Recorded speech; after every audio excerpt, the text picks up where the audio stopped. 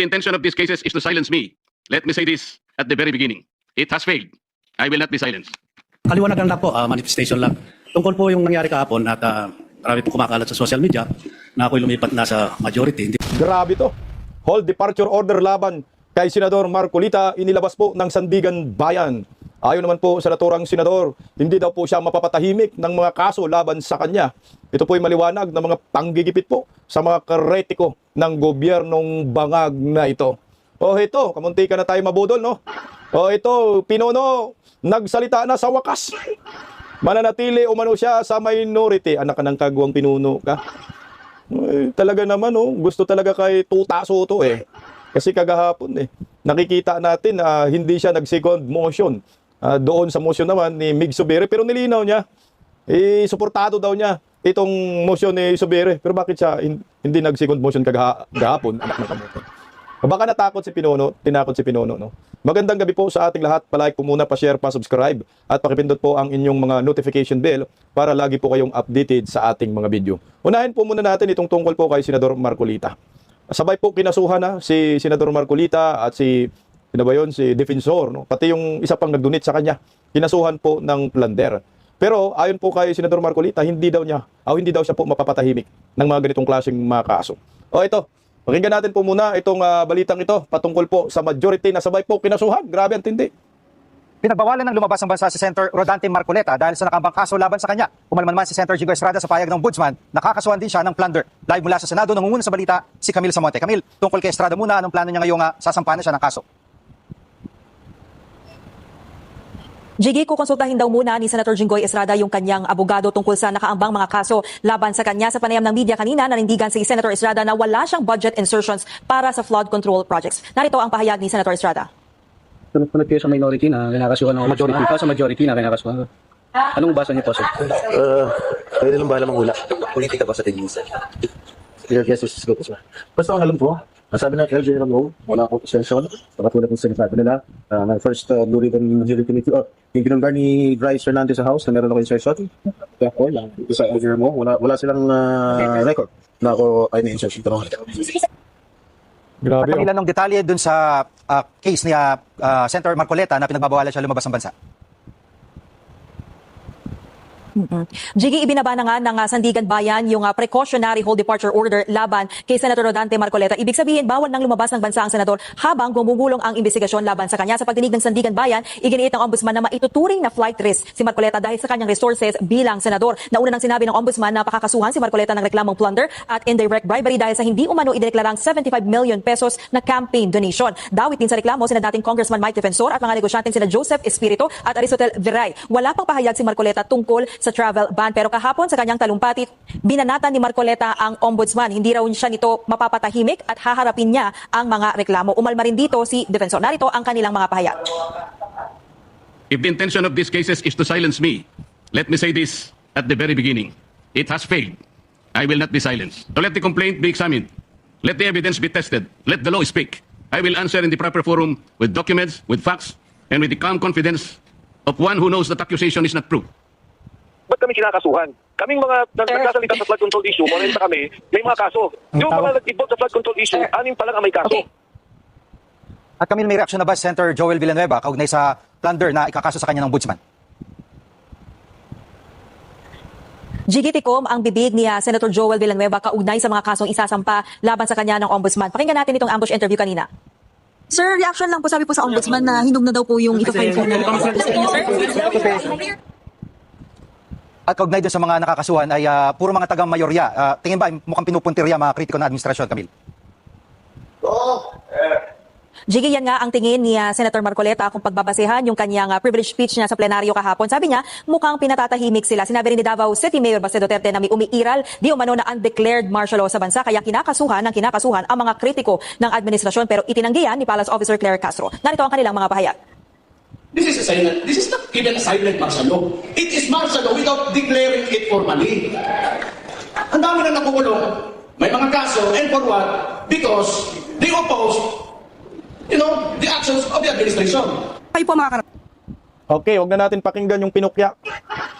Umpisahan po natin muna dito sa sinasabi na mga majority yung kinakasuhan. Tumpak po dito si Senador si Mayor Baste Duterte Ito ay parte po ng martial law, undeclared martial law. Lahat po ay kinakasuhan pag nag-upos ka. Sa majority ngayon, halos lahat na kinakasuhan eh. Hindi mo maintindihan, no? Pinupuntarya yung majority. Chis Escudero, Joel Villanueva, Jinggoy Estrada. Bato ngayon, di ba? Yung ICC warrant. Senador Marcolita. Si Kuya Bongo, sama rin daw sa ICC. Yung mga kinakasuhan, ito yung mga kritiko ni Bongbong Marcos. Ito yung pagsupil sa karapatan ng isang tao. Freedom of expression at freedom of speech. Suppression po ito, freedom of expression at freedom of speech. Ito ay pwede nating mahintulad sa martial law ng tatay ni Bongbong Marcos. Yan ang maliwanag. Kahit sasabihin ni Claire Castro, walang martial law. Walang martial law, walang diniklara. Pero yung galawan ninyo ay martial law. Yan ho ang maliwanag dyan. Mantakin mo, mas kinakasuhan pa itong mga to kaysa mga kongresista na talagang involved sila sa flood control. Sinabi ni Panfilo Lacson yan eh. Pero anyway, hindi po piniplay ng maayos yung sagot ni Senador Marcolita na hindi nyo ako mapapatahimik. Pakinggan po natin itong sagot dyan ni Senador Marcolita. Narito ho. Madam President, distinguished colleagues of this chamber, and my beloved countrymen, there are moments in the life of a republic when silence becomes easier than speech, when comfort becomes more tempting than courage, and when public office is tested not by applause but by pressure. This is one of those moments, Madam President. I rise today on a question of privilege. Just last week, I was stunned with the shadow of a complaint filed by the Field Investigation Bureau, Office of the Deputy Ombudsman for Luzon. A complaint perfectly timed, wrapped in legal language, amplified by noise, and aimed not merely at my person, but at my independence. I stand before you not as a man begging to be understood, not as a senator asking to be spared, and not as an accused shrinking from the weight of accusation. Rather, I am here as a servant of the Constitution, elected by the people, bound by oath, and determined to perform my duty without fear, without favor, and without surrender. The complaint arrived while the Senate is confronted with uncomfortable truths, namely, the pending continuation of the investigation of the anomalous flood control projects, the approaching constitutional burden of an impeachment trial, and the growing pressure upon this institution to surrender its independence through political maneuvering disguised as constitutional reform. Let us not pretend that this complaint came in a vacuum. The pattern is too visible to ignore. First, remove the inconvenient voices from the inquiry, then weaken those who refuse to conform, then frighten others into silence and submission before the decisive constitutional battles begin. Mr. President, this is not merely about a complaint. The trump-up charges filed against me and some of my friends are not merely legal accusations. They form part of a deeper and more nefarious design to intimidate independent voices, to punish dissent, and to warn every senator that the price of asking hard questions could lead to personal damnation. If the intention of these cases is to silence me, let me say this at the very beginning. It has failed. I will not be silenced. I did not seek public office to become comfortable, Madam President.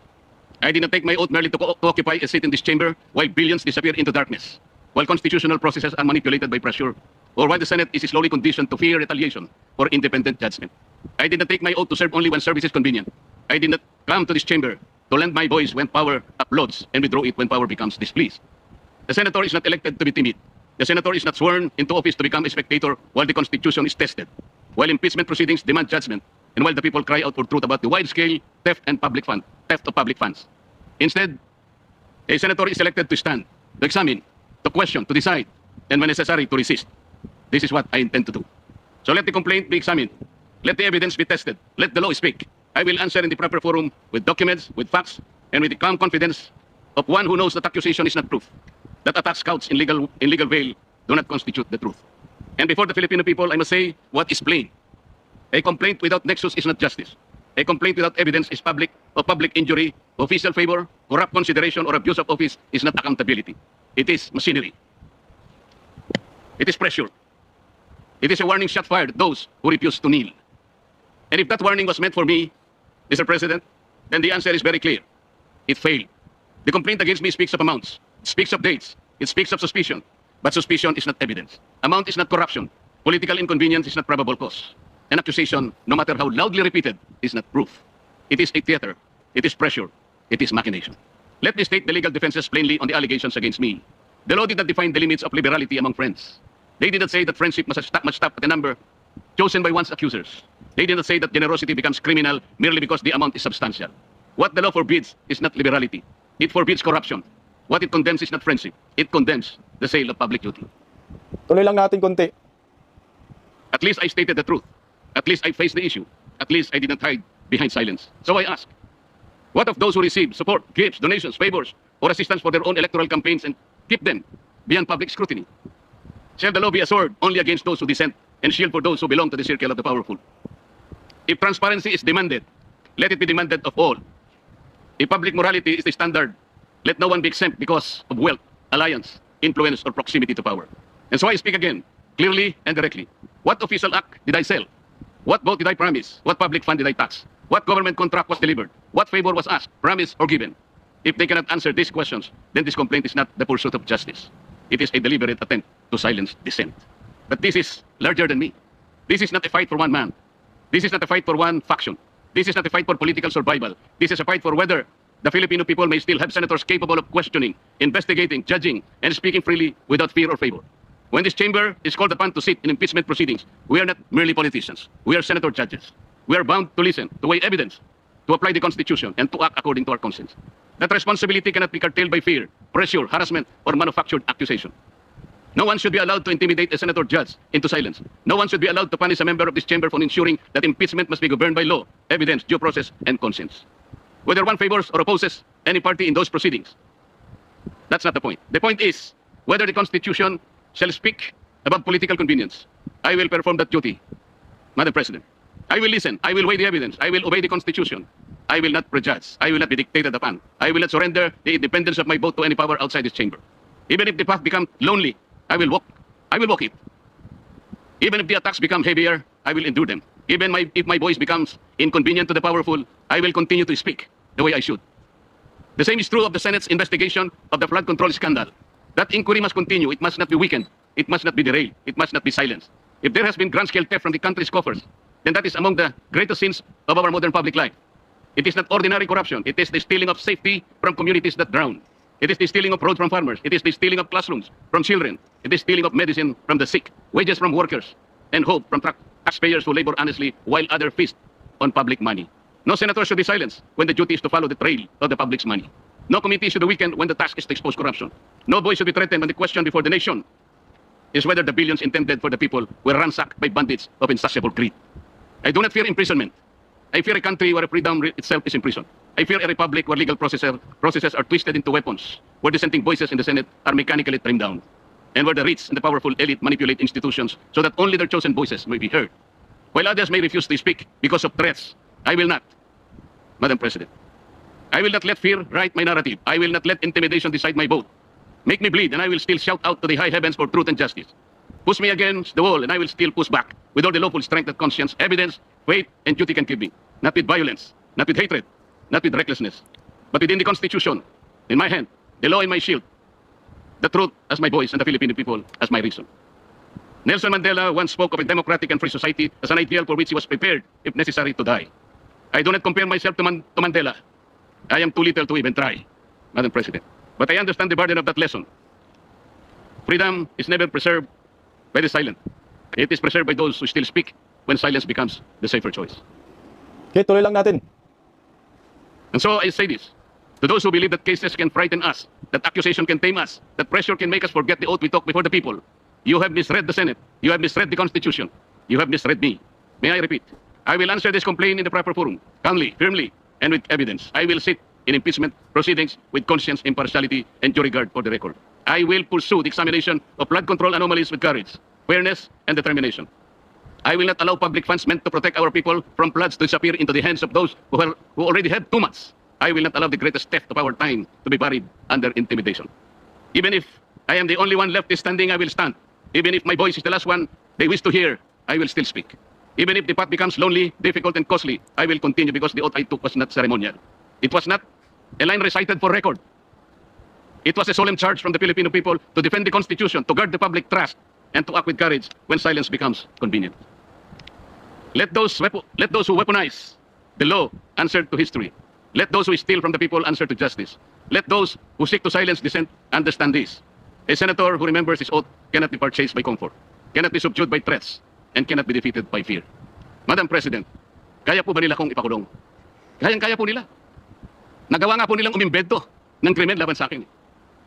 Kamakailan lamang po, hindi pa nagtatagal. Dito rin sa bulwagang ito, somebody said, sometimes you need to bend the law to be able to please the people. Am I right, Mr. Secretary Remulla? Secretary Remulla, then Secretary of Justice, now Ombudsman, said loudly, yes, sir. So pwede na nang baluktutin lahat, kagaya ng pambabaluktot na ginawa nila. Pero sinasabi ko, Madam President, they can imprison me, they can arrest me, but I tell them, they still will not win. Itaga nila yon sa bato. Madam President, before ending, let me share the declarations of our Lord God in Isaiah 54:17. No weapon forged against you will prevail. You will refute every tongue that accuses you. This is the heritage of the servant of the Lord. This is their vindication from me. Maraming salamat po. Okay, bago po ako mag-komento mga kabisdak, pakinggan po muna natin itong si Mike Defensor kasi kanina doon sa News 5, kunti lang yung ipinalabas, parang pinigil. Pag-isahin ko na lang po yung komento ko. Pakinggan natin si Mike Defensor. Narito naman po. Inyo po ba may kaugnayan itong issue sa inyo ni with Congressman or Senator Marcoleta dito po sa mga ganap ngayon sa kanyang pagiging kritiko at talagang nais na niyang maumpisahan itong investigasyon dyan po sa flood control muli? Totoo yan, Admar. Talagang eksakto yung binanggit mo at nagkataon din naman. Dahil aktibo akong nananawagan at isa ako siguro sa mga boses na sumisigaw tungkol dito sa flood control scandal na imbestigahan at tingnan talaga. Eh, yun nga, ang mabigat dito, lahat kaming mga nagagalit, lahat tayo, hindi lang naman ako, marami nagsasalita. Siguro mga 40 na may kaso. Sa flood control, parang 6 pa lang atang kinasuhan.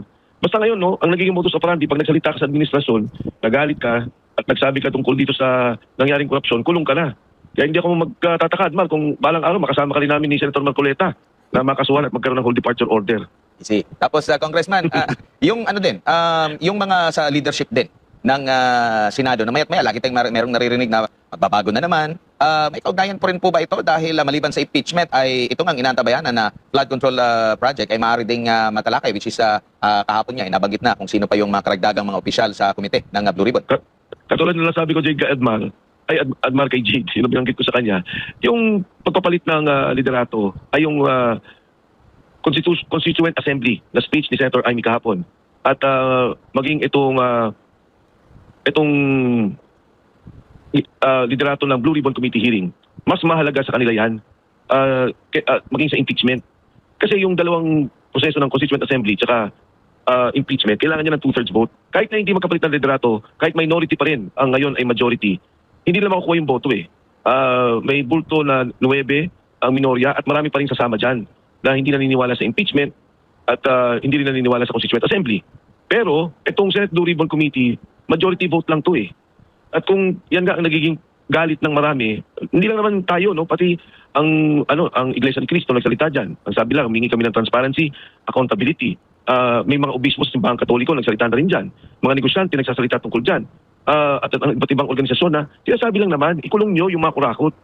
Alamin natin ano yung katotohanan. Dahil hindi namin ito nakita sa ICI na binuo mismo ng administrasyon, ng palasyo. At ang tanging ano na lang nila, maaaring sandalan ay ang Blue Ribbon Committee. Na parang din ganun din ang nangyari, pahinto-hinto. Ito lang na, di ba? Pag-resume ng June, wala na. Parang pahinto-hinto na yung nangyari. So ito na yung hinihintay ng marami na talagang malaman ang katotohanan, makulong ang dapat makulong, at kahit papano, maisauli ang pera ng bayan. Okay, maliwanag po mga kabisdak. Ang nangyayari, siguro hindi po tayo mga grade 1, section 10, tabi ng kubita ng upuan, anak ng kagwang. Oh. Ito ay pagsupil nga, no, panggigipit sa mga kritiko ng gobyernong Marcos. Hindi na po nila yan may tanggi. Ito ay undeclared martial law. Alam nyo, ang matindi ay kay Marcolita. Mantakin mo si Marcolita walang kinalaman sa flood control. Pero siya ngayon, kinakasuhan ng plunder. Ang masakit nito, kinakasuhan pa lang, nilabasan na ng whole departure order. So bawal kang lumabas. Wala pang hearing, no? Wala pang preliminary investigation. Bigla na po nang labas ng whole departure order. Ang reason nila, dahil flight risk daw si Senator Marcolita dahil may mga resources. Hindi po yan patas. Kailangan idinggin muna ang kaso. Kung may mga ebidensya kayo, kung mahatulan po ninyo yan, siguro saka pa kayo maglabas ng tinatawag na whole departure order. O kung may warrant of arrest po kayo ilalabas, syempre, saka pa kayo maglabas ng whole departure order. At saka anong kaso yan? Walang kinalaman sa pundo ng bayan ha. Baka malilito dito ang mga tao. Kasi pag sinabi mo kasing plunder, ito ay pagwawaldas sa kaban ng bayan from government money, government funds. Kaya kinasuhan ka ng plunder dahil yung pera ng gobyerno, winaldas mo yung pondo. Kagaya sa flood control. Hindi ito yung nangyayari kay Senador Marcolita. Ang kay Senador Marcolita patungkol sa campaign donor na nagdonate nga isa sa mga nagdonate itong si Mike Defensor. At yung donasyon na yan ay hindi pa po election period. Pag tinignan mo, wala talagang kaso. Ang problema nga, si Senador Marcolita na-align doon sa mga pro-Duterte na mga senador na ngayon nga hawak nilang majority. Isa kasing insulto talaga sa presidente na yung may hawak ng liderato dyan sa Senado ay hindi nila kontrolado. Ang masakit pa riyan, yung majority ay determine na mga supporters ng kalaban ng gobyerno, which is itong mga Duterte. Kaya naisip nila, ano bang gawin natin? Ako sa akin lang, ito yung teorya ko. Nag-iisip sila, ano bang gagawin natin para makuha natin ang liderato dyan sa Senado? O sige, gamitin natin si Bunyeng, si Bindalo. Kaya nga, ito na ang nangyayari ngayon. Double time na sa pagkaso sa mga kritiko ng gobyerno. Anong sabi ni defensor? Yung nakasuhan sa mga bumabatiko sa gobyerno dahil itinuturong may utak ng pangungurakot sa flood control ay ang gobyernong Marcos ay 40 na ang nakasuhan. Samantala, yung sa flood control, 6 pa lang. Pero yung mga kontratista dyan sa Kongreso, wala pang nakakasuhan, anak ng kagwang. Tingnan mo, grabing halata na po masyado itong gobyernong Marcos. Noong una siguro, naniniwala ko kay Jinggoy, kay Chisay, may kinalaman kayo doon sa flood control. Ngayon, 50-50 na ako na maniniwalang may kinalaman itong mga to. Dahil sila Senador Marcolita, wala namang kinalaman sa flood control, kinasuhan. O anong ibig sabihin ito? Mikos po ito. Ginagawa lang nila ito, Bindalo, gumagawa sila ng kaso-kasuhan para panakot sa mga senador na kumukontra ho sa kanila. Dahil gusto nga ho nila ng term extension, constitutional assembly. At gusto nila ma-impeach si Inday Sara, ma-convict. Paano po ma-convict nila si Inday Sara kung wala po silang numero dyan sa Senado? Dahil ang final arbiter ng impeachment ay dyan sa impeachment court sa Senado. Wala silang numero, out of number sila. Kaya gumagawa sila ng paraan, paano matakot itong mga senador na ito? Eh ang problema, hindi man matatakot. Sabi nga ho ni Jinggoy, kung ito po yung kabayaran para sa aking paninindigan, subiit. Sabi naman ni Marcolita, hindi niyo ako mapapatahimik. Magpapatuloy ako sa aking prinsipyo. Handa akong makulong. Pero, kailangan po muna dinggin natin ito sa tamang venue. Ito sa akin, optics po ito eh. Pananakot laban sa mga senador. Ang tanong, ang hinihintay ko dito, kasi alam natin si Senador Marcolita, suportado ng Iglesia ni Cristo, ay insi man yan. Hindi man niya natatakbo sa pagkasenador kung walang basbas ng Iglesia ni Cristo. Makapangyarihan ng Iglesia ni Cristo. Ano kaya ang kanilang reaksyon? Ipagtanggol ba nila itong si Senador Marcolita? Maglabas kaya sila ng mabigat na statement? O di ba kaya, yung rally ng Iglesia ni Cristo noon ay ituloy-tuloy po. At muling, pagbabalik ng rally ay mas mabigat pa. Kaya ako sa akin nga, bigatan nyo na. Kasi ito, tingnan nyo, si Marcolita na ngayon yung puntarya. GIL. Alam nyo po, pag nasaktan talaga ng todo, pangunahan lang ng Iglesia ni Cristo. Para sa akin, mapupuno talaga yung kalsada. Marcolita, Iglesia ni Cristo, Joel Villanueva, GIL. May KOGC pa, susuporta. Mapupuno yung kalsada ng mga rallyista laban sa gobyernong Marcos na ang ginagawa ay martial law. Hindi diniklara. Pero ito ay martial law. Kaya nga ho ito si Lito Lapid, baka nga natakot si Pinuno eh. Kaya litong-lito si Lito. Ang linaw agahapon ha, sinabi ni Senador Marcolita na hindi siya mag-second motion sa motion ni Soberi na strike out ang video na kun-as video. Pero ngayon nabago. Baka nga ho talaga natakot lang itong si Lito Lapid dahil kung ikaw ay kakalas dito sa minority kay Tuta Soto at pupunta ka sa Team Duterte, panigurado magaya ka, kina Jinggoy Estrada, Joel Villanueva, Chis Escudero, Bungo, Bato at Marcolita, kakasuhan ka. Sino na lang yung walang kaso dyan sa majority? Ngayon, si Cayetano, 2 Cayetano. Yung 2 Bilyar, may kaso na rin pala eh. Si Camille at saka si Mark, hindi lang sila natakot, nanindigan sila. Si Ligarda. Eh yung anak ni Ligarda, kinasuhan din si Leandro Leviste, wala na. Lahat na sila. Inuubos ng hinayupak na itong si Bunyeng Bindalo. Isang bulati na lang sana, nabuhay ko ang animal. Ito, pakinggan po muna natin itong litong-lito na si Lito. Biglang nagsalita na si Lito at nilinaw ni Lito. Kung ano bang nangyayari, anak ng kagwang na Lito ka. But natakot siguro si Lito eh. May kinalaman ba to sa pugo? Tanong lang Lito. Kaya umatras. Ito, pakinggan natin. Litong-lito si Lito eh. Paliwanag lang na po, manifestation lang. Tungkol po yung nangyari kahapon at marami po kumakalat sa social media na ako'y lumipat na sa majority. Hindi po totoo yan. Nananatili po ako sa minority group. At hindi po ako alis dito. At yung pong motion ni Senator Subiri kahapon ay sinusuportahan ko po. Hindi ko lang po ako nakapagsalita kahapon. Kala ko may botohan.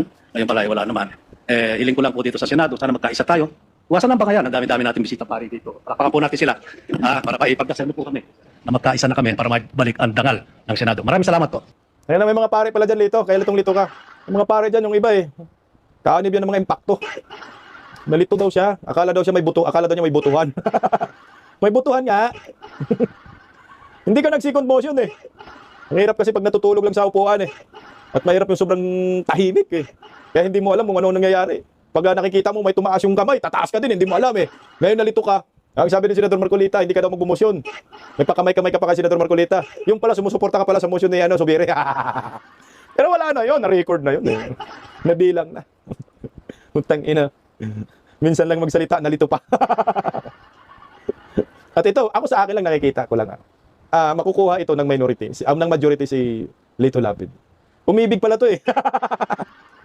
Nagbibigay pala to ng pagkain kay Pia Cayetano, awards. Irregular pala. Ano to, single ba si Lito? Si Pia single din ba? Yung siya, harap-harapang ligawan dyan sa plenaryo eh.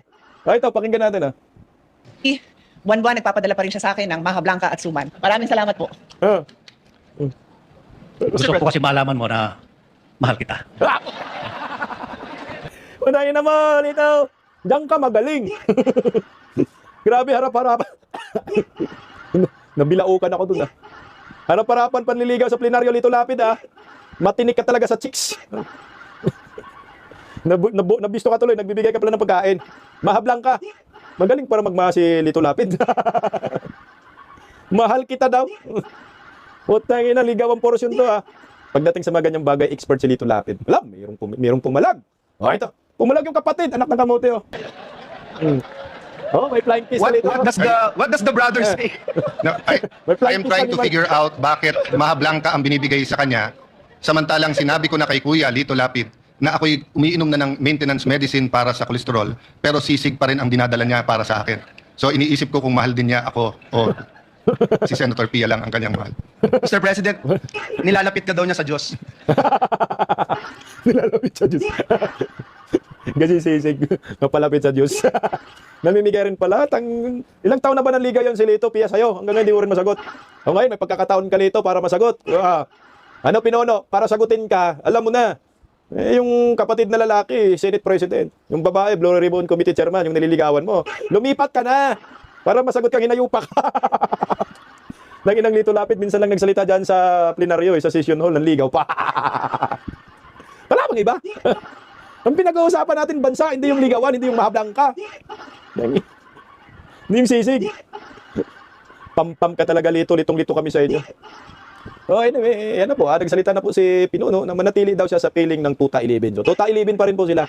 So, kahit kagahapon kanina, content natin, Tuta 10 na lang daw. Tuta 11. Sige, Tuta 11, magsama-sama kayo sa gobyernong bagsak na bagsak. Ito, naglabas po ng bagong survey ang Pulse Asia. Satisfaction ni Bongbong Marcos, grabe. Sa sobrang init ngayon, kabaliktaran man ang resulta, negative 15%. Grabe, summer na summer, Bong, negative 15%. Wala na, hindi na po satisfy ang mga Pilipino sa inyo. Malinaw na yan yung survey na yan. Ako, naniniwala ako dyan. Ito po yung inilabas na bagong survey ngayon ng Pulse Asia. Record a low need satisfaction rating. Bumaba ang need satisfaction rating ni Bongbong Marcos base sa survey ng Social Weather Station noong Marso. Sa naturang survey, 33% ng mga Pinoy ang satisfied sa performance ng Pangulo, habang nasa 49% ang dissatisfied, anak ng kagwang. Ang undecided ay 18%. Katumbas ito sa net satisfaction rating ng negative 15%, anak ng kagwang, na itinuturing ng SWS na 4. Ito na rin ang bagong record low rating ng Pangulo. Anak ng kagwang. Nasa 12 puntos ito, mas mababa mula sa neutral na negative 3 net satisfaction rating ni Bongbong Marcos noong November 2025. Ang inumin mo, presidente pa ba ito? Diyos ka! Tapos ang daming humanga dyan, mga bubunistang, talyanistang, tanganista ni Bangag. Magaling daw si Bongbong Marcos. Si Bongbong Marcos daw ang nagpapaunlad sa Pilipinas, ang tatanga. Umunlad bang Pilipinas? Palitan ng piso kontra dolyar, mag-62 na, mga hinayupa kayo. Langis Diyos ko, 130, 150 doon, umabot tayo ng ganun. Ang litro. Tapos hindi na bumalik sa dating presyo na 54, 60. Nasa 90 pa rin ngayon. Tangina, mga 80 plus 86. Tapos sasabihin ninyo si Bongbong magaling na Pangulo. Ito maliwanag Iglesia ni Cristo. May mga religious organization. Wala nang tiwala ang taong bayan dyan. Ano bang gagawin natin? Diyos ko. Mahiya naman ka, Bongbong. Tingnan mo naman yung araw na yan. Nakaniman. Record breaking. Si Bongbong Marcos ang pinakasinusuka ng taong bayan sa kasaysayan ng ating bansa na Pangulo. Dahil siya po ang Pangulo na walang alam, walang kwenta, kundi panggigipit lamang sa kanyang mga kritiko, mga Duterte, pinapakulong, kinakasuhan. Anyway, hintayin na lang po natin. Ako sa akin, hinintay ko talaga ang official na statement ng Iglesia ni Cristo sa ginagawa ng gobyernong Marcos na panggigipit sa kanilang kasama, kaanib sa simbahan na sina Senador Marcolita na walang basihang kaso at biglang naglabas ng hold departure